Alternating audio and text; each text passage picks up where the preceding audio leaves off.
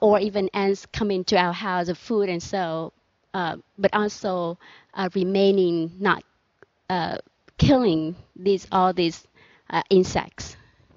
As I said, there are times when we just can't avoid it. I think if there are termites eating your house, I don't know if there's some way to non-violently encourage them to leave.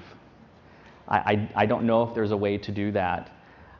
Somebody at university was just talking a little while ago. There's some kind of special vacuum that you can get to vacuum up ants that won't harm them. I've never seen it, but I've heard of that. And there's a monastery in the Tibetan tradition up in Washington State, and they had a real problem with, was it ants or termites? And they found where these insects were coming from. And so what they did was they removed as carefully as they could. It was like a dead tree stump or something. They removed it as carefully as they could and moved it into the forest. I think they actually took, maybe it was termites. I think they took down some wooden beams in one of their buildings and they just took them out and then replaced them. They had the resources to do that. I don't know if everyone who owns a home, has the resources to go that far, to find all the affected wood and carefully cut it out and remove it. We do what we can. We do what we can. I think in those instances where we just don't know what else to do other than killing insects, for example, is to be mindful of what we're doing. And there's health. You've got little kids. There are health issues and that kind of thing as well. So I think that we should do the best that we can, but when we don't know what else to do, we just acknowledge, I don't know what else to do in this situation. And then a good thing to do might be to say prayers for those beings. Sometimes non-Buddhists laugh about this. What, you're praying for ants and termites? What? That's ridiculous. But no, it's not. They're sentient beings, just like we are. If you think, what does an ant do? It spends all its time trying to satisfy its needs and avoid harm and suffering. I remember being a little kid, and we learned in science class that you could use a magnifying glass to light a piece of paper on fire. And so we went outside and we were practicing with that. And then some of the other kids were like, hey, look, we can fry ants. And we did it. We did some of it. I did it too when I was a kid, using a magnifying glass. And what does the ant do? When it gets too hot, it starts writhing and twisting and everything. It's in pain. It's terrified and in pain, to whatever extent that it can feel pain and fear. So it's not laughable. So for anyone watching, so in those times when you can't avoid killing, then a good thing to do would be to say prayers. Recognize that you're just can't do enough in this situation to protect life, and then say prayers for those beings who have died. So what I did last year that after killing all these massive ants, so we both felt really bad. So I came to temple and samhoi for those because I feel like just so Yes. bad. And we don't want to, but we have to. So we will do much better. We hopefully will do a better job this year when prepare for the rain season coming. Mm-hmm. So we hopefully to protect our house and so not to have too many of them. There's a tip for ants, and I don't know for sure if this works or not, but somebody told me if you mix vinegar and water and then wipe down surfaces, you're nodding your head in the back. Have you heard that?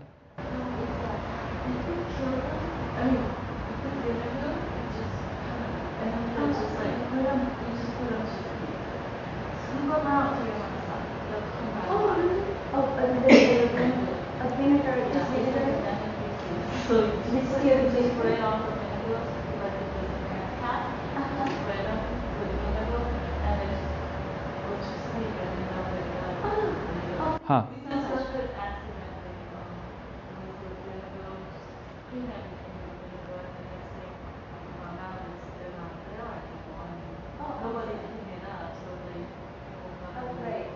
We will try that. Okay. And another thing you can do is wipe the path. If you scoop up the ants, if you see a trail of ants and you are able to scoop them up with paper or something and put them outside, then you wipe the place where they were walking. It breaks the trail, the chemical trail that they leave, so they won't come back. So anyway, there are things that you can do, but there are cases where you can't avoid killing. So, but yes, coming to confession, that was very good. Okay. There are other questions? Yes. You mentioned the Maya and the Theravada traditions. Which one is more closer to what the Buddha actually offers? We're talking about Yeah, that's a good question. So the question was between the Theravada and Mahayana, which is closer to what the Buddha actually taught? Well, if you ask a Theravada practitioner, they will tell you Theravada. If you ask a Mahayana practitioner, actually in the Mahayana we say that the Theravada teachings are genuine. The Buddha did teach this, but he also taught the Mahayana teachings. And it just depended on his audience, what those people were ready to receive, what teachings they were ready to receive. But none of the Buddha's teachings were written down for at least several hundred years after his entrance into nirvana. So there's no reason to think. So there was a particular oral tradition that was actually written down in Sri Lanka a few hundred years after the Buddha's death. There's no reason to think that that oral tradition wasn't shaped by the generations and the particular view that they liked in the Buddha's teaching. And the same thing with different Mahayana teachings. We see different sutras say slightly different things because they were written down in different locations at different times. So I think it's very difficult for us to say with absolute certainty the Buddha taught this and didn't teach that. But through textual analysis, and I don't know exactly how they do this, but modern scholars are able to determine, well, this text was compiled over time, or it's a combination of different texts. It claims to be one text, but it's a combination of different texts from different authors. But this text we can see, because of the kind of language it's using, and through analyzing the whole text, we can see it was written down by one author, and it appears to be very, very old. So the older the text, we can say maybe it's closer to the Buddha's original teaching, but original teaching for a particular community who are ready to receive that particular teaching. So it's really difficult to say. Yeah. Other questions? Yes. You were talking about how each of us are basically just energy that's constantly changing, and that some of us are more inclined towards one emotion over the other and stuff like that. And you also said that these emotions or inclinations carry over onto our next life as we karma. And I was wondering if our goal is to create some sort of a balance so that we don't have anything to carry over to the next life, something like more like a straight line. Well, yeah, the idea is to completely overcome our ignorance, and therefore to overcome the creation of new karma, and to purify all of our previous karma, so that so then you're right, we won't have any more karma to pull us into another life. In terms of the emotional side of things, though, a Buddha has equanimity. So for us, an emotion will arise, and we might get carried away by it, by anger, by romantic love, by this or that or the other thing. But a Buddha has equanimity. If you look at images of the Buddha is always just sitting, and there's a slight smile on the face, yes? This is the visual expression of that calm. So for us, something disturbs our mind, and it's like the ocean in a hurricane. But for a Buddha, for an enlightened being, no matter what comes, clear as glass. Yes. What is the symbol that the Buddha has? Oh, yes. Teaching. And then there's the mudra where he's touching the ground. He's saying, basically, I am the Buddha. And then I think there's another one. You see Kwante Ambotat, who will have her hand out. I think this one, I'm not an expert in Buddhist iconography, but I think this one is a sign of fearlessness. Yeah. So yeah, all these different hand postures do have meanings. Yeah. Yes. Why do you wipe your face and hands after you meditate? I'm sorry? Why do people rub their hands and face after they meditate? I just do it because it feels nice. I just thought everybody does. Yeah, so everybody does this after meditation. And then rubbing the eyes. Yeah, I just do it because it feels nice. No, I don't think it will get you closer to enlightenment any quicker. That is the exercising after meditation. I'm sorry? It's maybe to like get the blood flowing again and help you wake up a little bit if you were getting a little sleepy. Yeah, okay, it helps you wake up.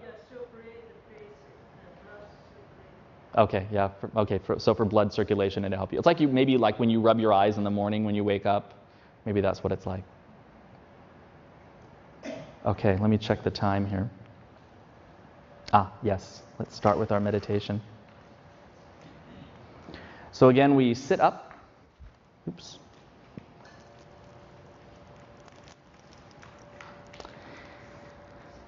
And it's easiest with these benches that we sit on to sit kind of on the edge of the bench. And then your legs, I've got my right foot on my left calf.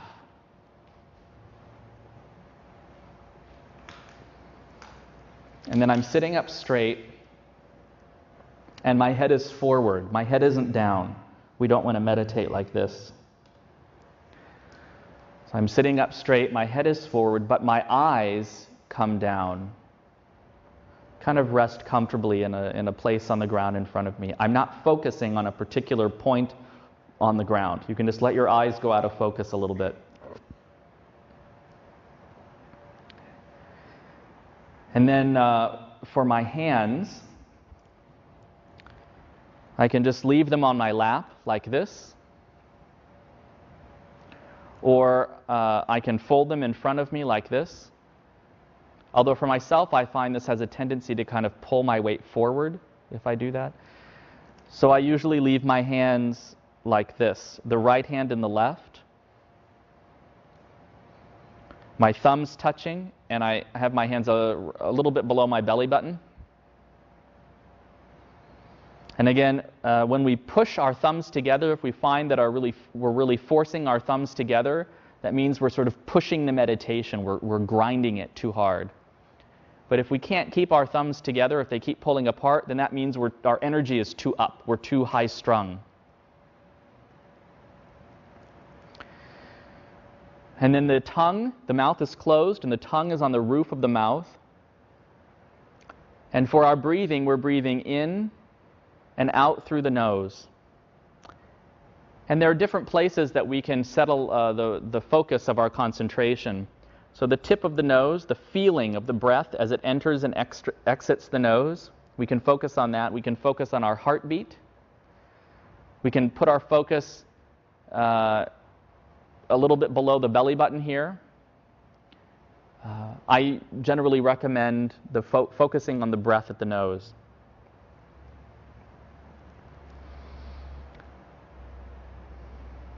And so this helps us keep ourselves in the present. Inevitably, thoughts will arise and the mind will wander away. We'll start thinking about dinner later or what we have to do later or something that happened earlier in the day. But when we notice that happening, we just bring the mind back.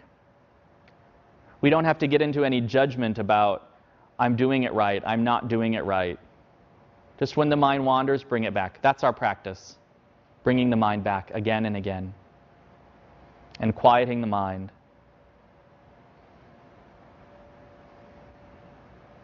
Okay, so I will set the timer, and we'll meditate for a while, and then we'll get up and we'll walk around the altar here. Just try to continue keeping your mind present.